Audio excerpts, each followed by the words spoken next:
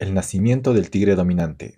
Durante las décadas de 1920-1930, cuando el fútbol boliviano recién era amateur y recién comenzaba a organizarse, comenzó a construirse una de las primeras grandes eras del deporte en el país. En esos años, un club comenzó a dominar el fútbol paceño y a marcar el rumbo del fútbol nacional. Ese club fue The Strongest. Entre 1922 y 1939, el Tigre conquistó múltiples campeonatos y protagonizó algunos de los momentos más importantes del nacimiento del fútbol boliviano. Todo comenzó en 1922, cuando The Strongest se consagró campeón de la Asociación del Fútbol de La Paz. Pero ese título no sería un hecho aislado. El dominio continuó en 1923, volvió a repetirse en 1924 y alcanzó su punto más alto en 1925, año del centenario de Bolivia, cuando el Tigre volvió a levantar el campeonato. Así se completaba algo extraordinario para la época, el primer tetracampeonato del fútbol boliviano. Pero la historia no terminó ahí. El Tigre volvió a consagrarse campeón en 1928, reafirmando su dominio en el fútbol paceño. En 1930 lograría uno de los campeonatos más impresionantes en la historia del país, campeón invicto y sin recibir un solo gol en todo el torneo. Después de la pausa que provocó la Guerra del Chaco, el club volvería a demostrar su fortaleza. En 1935 The Strongest volvería a coronarse campeón, y hacia el final de esa era histórica, el Tigre levantaría nuevamente el título en 1939, cerrando 2 décadas de protagonismo en el fútbol paceño. Pero esos años no solo estuvieron marcados por los títulos, también fueron años en que el fútbol boliviano comenzaba a abrirse al mundo. En 1924 The Strongest disputó en Arequipa uno de los primeros partidos internacionales de un club boliviano, y en 1927